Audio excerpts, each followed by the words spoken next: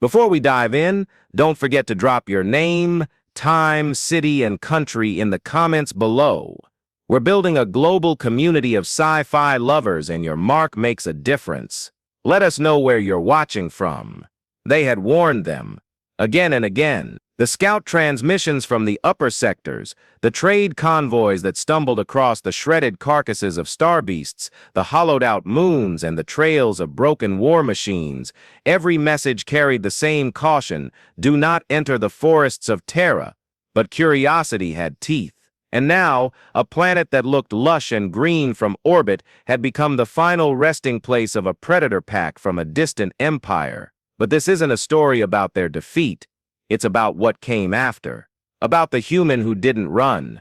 About the cubs who refused to leave his side. About a moment that echoed across galaxies when a soldier didn't use a weapon but stood with bared teeth and dared an empire to step closer. This is how it began. The Threxian pack didn't expect resistance when they landed. Their dropship hissed steam as it touched down in a remote forested valley on the third day of Terra's deep autumn. The trees shimmered with reds and golds. Harmless, they thought. A primitive world, they believed. Nothing in the initial scans indicated any planetary defense system, no satellite uplinks, no orbital shields, no power signatures of interest. It was ripe for hunting, testing, and perhaps conquest. The Threxians were apex hunters on their homeworld, and among the most feared species in the quadrant. They had crushed colonies, broken planetary militias, and survived in zero-oxygen atmosphere. Earth was supposed to be a trophy planet, but what they didn't account for was a human. Lieutenant Aria Morgan had been dropped behind enemy lines during a failed planetary evacuation 2 months prior. Her squad had been ambushed, her comms pack destroyed, and she had been declared dead in orbit. But she wasn't. She had learned how to survive, blend, and move through the woods with terrifying silence. And by accident, or fate, she found something she never expected: 3 orphaned Threxian cubs, small and barely breathing, shivering beside the broken shell of a crushed pod. Logic said to walk away. Orders, had they existed, would have demanded it. But her humanity refused. So she built a shelter, fed them, held them through nights when predators howled. And when the adult Threxians returned to claim what they lost, they didn't find prey. They found her, a human, and their young. Aria stood in front of the cubs with her arms wide and body low, a stance every predator understood. Her eyes locked on the pack leader, General Zorak, whose scars ran from brow to jaw. His claws extended, but he didn't move. The human wasn't armed, no pulse rifle, no shield drone. Just flesh, resolve, and teeth bared in defiance. His instinct screamed to lunge, end it. But something in her posture made the wind itself seem to hesitate. All creatures respect madness when it has purpose. What Zorak didn't expect was that the cubs behind the human didn't cower, they growled back. Not at her. At him. The youngest, barely out of larval molt, pressed against Aria's leg and hissed at its own kind. And suddenly, the Threxian pack, genetically wired to protect the young above all else, faltered. Was this a betrayal, or something stranger? Zorak took a step forward. Aria didn't flinch. Her lips peeled back, a low guttural sound erupting from her throat, a mimicry of the warning growls she'd heard for weeks. It wasn't perfect, but it wasn't human either. The pack paused. Then one of them, Second Fang Trowel, spoke in their tongue. "This is unnatural," he hissed. "The cubs, they defend her. She defends them," Zorak replied quietly. The wind changed direction. The leaves stirred. A forest that had watched silently for eons now bore witness to something sacred. It was not strength that held the pack still. It was the undeniable truth that in this instant, the human had become part of the pack, and to strike her was to betray the cubs themselves. That night, no blood was shed. The pack vanished into the trees. Aria stood for hours, unmoving, shielding the young ones as stars wheeled above. She didn't know why they didn't attack. She didn't yet know that her image had already been transmitted, recorded, and beamed to a dozen warships orbiting silently above Earth. And on every screen, across command decks and strategic briefings, one frame paused them all: a human female, arms wide, shielding 3 snarling cubs as if they were her own. It was the moment the galaxy realized something terrifying. Humans didn't need to be the strongest to be feared. They only needed something worth protecting. Zorak had lived through 17 wars. He had gutted rivals in ritual trials, led sieges on moons soaked in blood, and ripped out the hearts of traitors with his bare hands. But that night, as he watched the human crouch silently between his cubs and the cold night air, he experienced something he had never known: uncertainty, not weakness, but the kind of stillness that settles in when the world doesn't behave the way it's supposed to. Aria didn't sleep. The cubs eventually curled around her legs, their body heat warming her enough to prevent hypothermia. She stared into the trees. She knew they were still out there, watching, judging, possibly deciding whether to return at dawn and finish what they started. But she didn't care. The moment she saw the youngest tremble again, she held it closer, whispering nonsense in a language the cub couldn't understand, yet found comfort in. Zorak, crouched high in the branches above the clearing, saw it all. He wasn't supposed to stay. Leaders didn't spy, but he had to know. What kind of species defied death without lifting a weapon? What kind of madness created loyalty in their enemies' children? The answer, he would soon learn, was not madness. It was humanity. At dawn, a small patrol unit approached the valley. Not Threxians, humans. Aria recognized the patches before she heard their language. A recon team, finally combing the terrain she was lost in. But something in her body went cold. They weren't speaking standard military code. Their movements were too clean, too quiet. These weren't regular soldiers. These were retrieval ops, and they were armed to kill. She stood up slowly, putting herself between the cubs and the new arrivals. One of them, a lieutenant by rank, spotted her through his scope. His weapon lowered just a touch. "Lieutenant Morgan," he called out. "Identify yourselves." She snapped back. "Clearance code first." "Stellar retrieval. Code Alpha 03 Delta." That confirmed her fears. They were here to eliminate risk, and 3 Threxian cubs, possibly imprinted on a human, were the biggest threat imaginable to interspecies protocol. If she gave them up now, they'd be dissected by morning. The man stepped forward again. "You're out of uniform, Lieutenant. We're here to get you home." She didn't move. "The cubs come with me." He hesitated. "That's not in our orders." "Then tell command," she said evenly, "that I'm invoking Article 9 of the Terra Sentry custody over all interspecies minors found in field conditions. That article was never ratified. It was drafted. That's enough for my report, and believe me, command would rather write paperwork than explain to the Threxian highbrood why 3 of their young were found mutilated in a lab. It was a bluff, a dangerous one, but it worked." The man stepped back, radioed someone, and after a long silence, nodded. And just like that, the cubs had a chance. She didn't know then that 2 miles away, Zorak had witnessed everything. That his scout drone had recorded her standing again, between his kind and the humans who should have been her allies. That he sent the feed directly to the Threxian homeworld, and that within hours, the Threxian High Council would do something no one expected. They issued a stay of war, not a peace, but a pause, because if one human could earn the loyalty of their young, perhaps humanity was not prey, but potential. The cubs, now nicknamed Nara, Kor and Jex, remained with Aria during transit. They hissed at everyone except her, refusing food unless she approved it, and growled at the medical officers who tried to sedate them. One technician, too bold for his own good, reached for Jex's clawed paw without permission. He needed 12 stitches. Aria didn't apologize. Instead,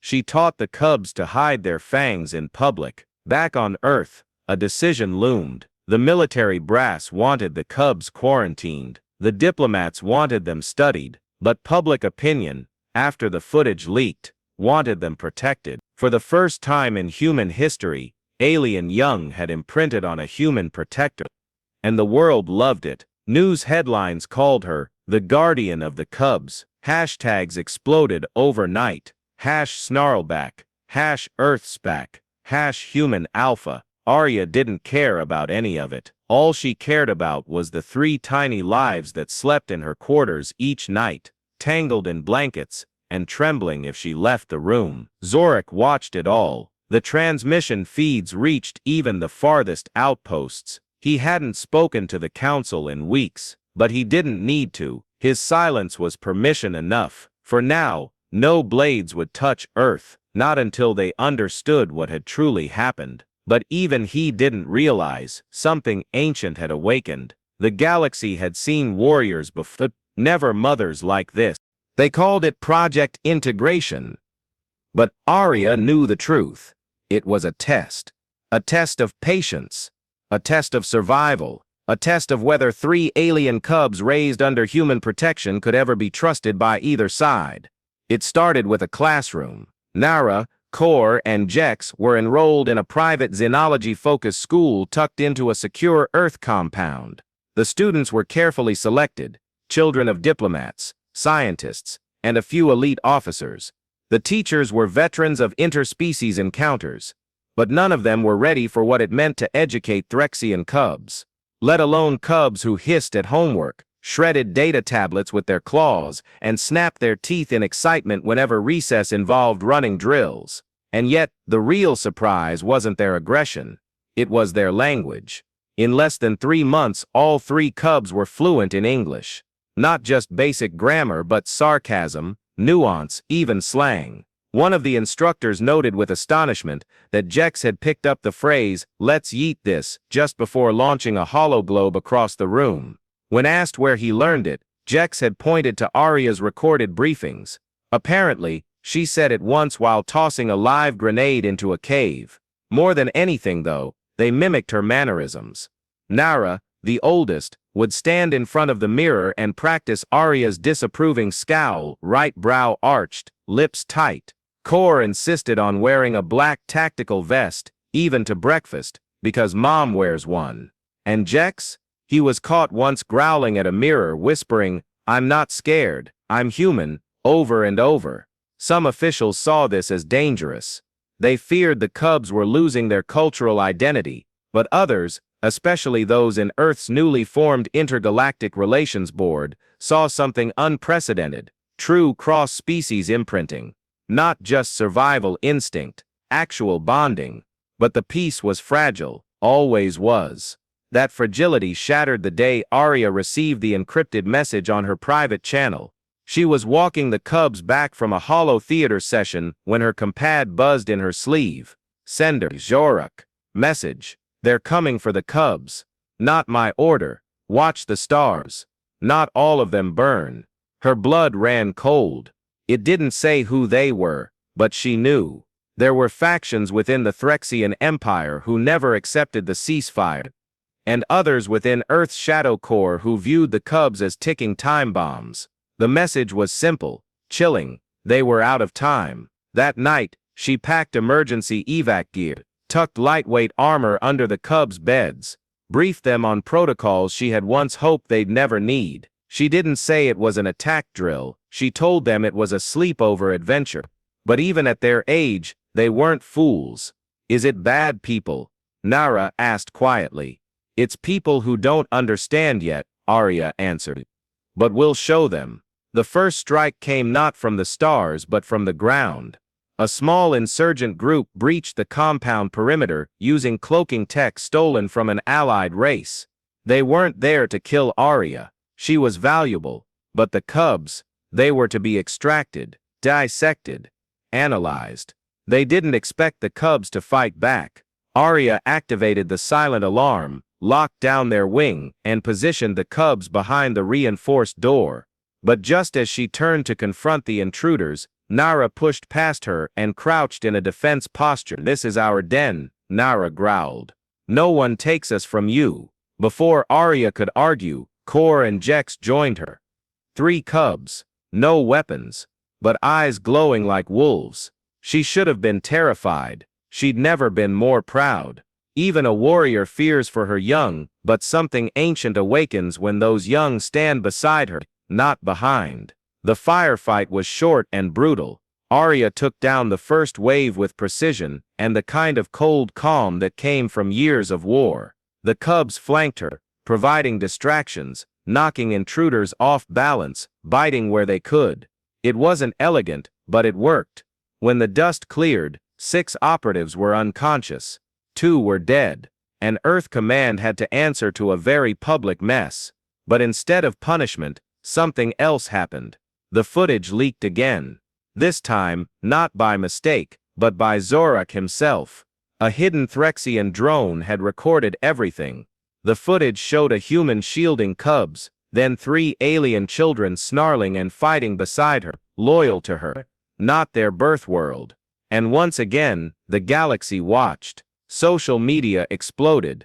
Across systems, hashtags trended for cycles. #PackMother, #Cubs of Earth, #Snarlback returns. Merchandising began without permission. Songs were written, holodramas greenlit. But beneath the fandom, a movement stirred. Threxian youth began challenging their elder. Some began asking why peace wasn't an option. Others, more radical, wanted to learn about humans firsthand. And that's when the council sent the summons. Aria was to appear before the Joint Galactic Inquiry Tribunal, not for trial, but for testimony. "You're not on trial," one diplomat said, "but your story might determine whether peace ever becomes law." She didn't trust politics, but she trusted what the cubs had become. She accepted. The travel was long, the welcome cold. The tribunal met on the neutral moon of Halvaris, in a chamber that seated 12 species. Aria stood alone, not in uniform, not in armor, just in the black flight jacket she wore the day she found the cubs.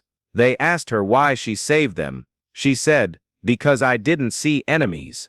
I saw children." They asked if she regretted bonding them to her species. She answered, "I didn't bond them to humanity. I showed them what protection feels like. They chose the rest." They asked if she'd ever return them to Threxian custody. She didn't answer. Instead, the chamber doors opened, and Nara, Kor, and Jex entered. Not with guards, but with Zorak. The silence was deafening. He bowed, not to the tribunal, but to Aria. "They are not yours," Zorak said. "Nor mine. They are theirs. And they have chosen Earth." It was not a treaty, but it was a beginning. The news spread across the galaxy faster than warp jump frequencies could register. It wasn't just that the tribunal had allowed the cubs to remain with Aria, it was that they'd recognized the decision as the cubs' own. That changed everything. On Threx, a world known for cold stone cities and bone-deep traditions, protests flared, not in anger, but in awe. Younglings painted their claws with earth tones. Some shaved streaks into their fur like Aria's battle scar. Schools began offering human studies electives, and hidden among the fanfare, a quiet war of influence ignited. But for Aria and her cubs, things didn't quiet down. They got louder. The Intergalactic Diplomatic Corps wanted interviews. Military intelligence wanted debriefings. University xenologists wanted DNA scans. And the media wanted a story. They always did. They called her the Pack Mother. Sometimes the Snarlback General. Sometimes worse, she didn't care what they called her, so long as the cubs remained safe. But safety was a shifting line, and every time it moved, Aria found herself further away from the edges. Even their new home wasn't really home. It was called Eden Arc 3, a floating biosphere in orbit around a lush moon designed for cultural integration. It had been built with peace in mind. Domed cities for every major species, connected by translucent tubes like veins on a leaf. There were no weapons, no guards, just peacekeepers, educators, and families trying to learn from each other. It was the most dangerous place Aria had ever been, because it was predictable. Predictability meant vulnerability. Still, she tried to make it work. Nara took a leadership position in the youth diplomacy circle. Kor joined a zero-G martial arts team. Jex kept hacking the food dispensers to give them extra protein bars, but progress is progress. Until the warning came. This time, it wasn't encrypted. It was broadcast on an open channel, translated into every major galactic tongue. To the one who dares shield the enemy's blood, prepare. The Pack of the Void does not forget. You raised our shame as your pride. Now we come to reclaim what is ours. It was signed with a name Aria hadn't heard since the war. Varkish. General Varkish. The one who'd commanded the siege where she lost her entire squad. The one who'd ordered the Cubs burned alive in the original Threxian purge. The one they'd assumed died in a retaliatory strike. He wasn't dead, and he was coming. The most dangerous predator isn't the one who strikes first, it's the one who waits to see what you love and aims for it. Aria didn't waste time. Within hours she rerouted the Ark's power cores to reinforce the shield domes. She planted silent command overrides in the AI system. She trained the Cubs not for defense, but for extraction, because she knew this wouldn't be a siege. It would be a message. Varkish wouldn't come to conquer Eden Arc 3, he would come to stain it. The attack came 2 weeks later, just after dusk cycle. A cargo freighter, registered as diplomatic transport, docked with the Ark. Standard protocol allowed it through. No one questioned it, until the outer bays exploded from the inside, and black armored Threxians spilled like shadows through the corridors. They didn't fire indiscriminately. They moved with surgical precision, heading straight for the human and Threxian mixed domes.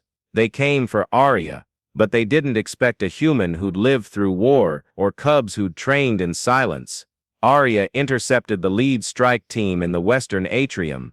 Core tackled the communications relay, disabling the intruder's external comms.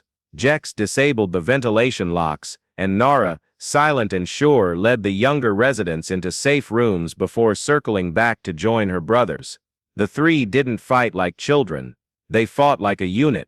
Aria watched, equal parts fear and awe. Varkish arrived midway through the chaos, tall, battle-scarred, his body cloaked in ceremonial bone plates. His eyes were yellow fire. He didn't bring troops. He didn't need to. His presence was declaration enough. You dare raise them? He snarled across the chamber, stepping toward her. You teach them weakness, obedience. You make them bow. No, Aria said, stepping between him and the Cubs. I taught them when to stand, and when to snarl. Behind her, Jex growled. Varkish lunged. Their fight was fast, brutal, no theatrics, no dialogue, just years of hatred, muscle memory and blood. Varkish was stronger. Aria was faster. He clawed. She struck. He roared. She answered in silence, until a second growl echoed the chamber. Nara. She stepped forward, claws out, then Core, then Jex. They didn't wait for permission. They stood in front of her, shielding her, and snarled back. A predator knows when it is outnumbered, but the real fear comes when it is out-loyaltied. Varkish didn't fall. He fled, bleeding, confused, shamed. His retreat fractured the attacking forces. Within hours, peacekeeper ships arrived. Aria refused medical aid until the last of the injured were treated. The Cubs refused to be separated from her, even for a moment. The footage spread again, this time recorded by the Ark's security drones and released without editing. Across hundreds of systems, the image of 3 snarling Cubs shielding a bloodied human veteran became legend. Songs were written, art was painted, tales were told. But the one thing that mattered most, for the first time in galactic history, a new designation was added to the cultural records: cross-species pack status, human Threxian, approved. It didn't mean peace overnight, but it meant acknowledgement, and sometimes that's the beginning of peace. If someone had told Aria years ago that she would one day be standing before the Galactic Concord Tribunal, not as a defendant but as a representative of an officially recognized cross-species pack, she would have laughed, or snarled, or both. But here she stood, in armor cleaned but still scarred, not polished to impress but worn to remember. At her side stood Nara, now taller, her shoulders proud and gaze steady. Core, arms folded, his stance unflinching, and Jex fidgeting just slightly, but still with that grin he always wore before doing something he wasn't supposed to. They didn't sit behind her, they stood with her, and this time the tribunal did not speak in accusations. They listened. Representatives from 32 worlds leaned forward to hear the words of a human soldier who had not just broken a military doctrine, but redefined loyalty, a human who'd raised enemies into family,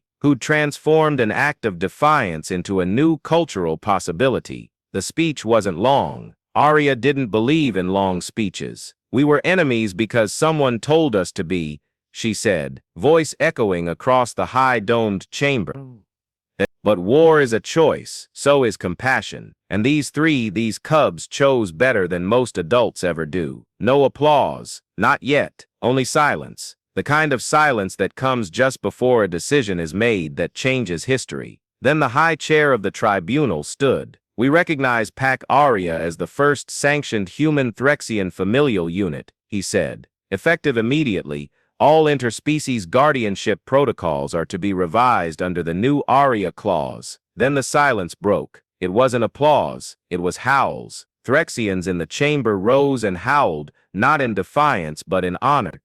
The human representatives didn't howl, but they stood. And Aria, for once in her life, allowed herself a rare moment, not of victory but of peace. Peace isn't when the guns go silent. It's when you stop needing to hold one at all. Life after the tribunal didn't slow down. If anything, it sped up. Documentaries were made, one by a famous Encintari filmmaker titled The Snarled Backpack. The Cubs became unofficial ambassadors for youth diplomacy, traveling from world to world, speaking at interspecies forums. Aria taught at the Eden Arc Peace Academy, instructing others not in combat, but in command decisions, loyalty, and restraint. Still, not everything came easy. There were critics. Purists called her a traitor. Politicians accused her of weaponizing sympathy. A radical sect from Threx Prime posted bounties on her head. But it no longer mattered, because she didn't walk alone. She walked with a pack, and even more than that,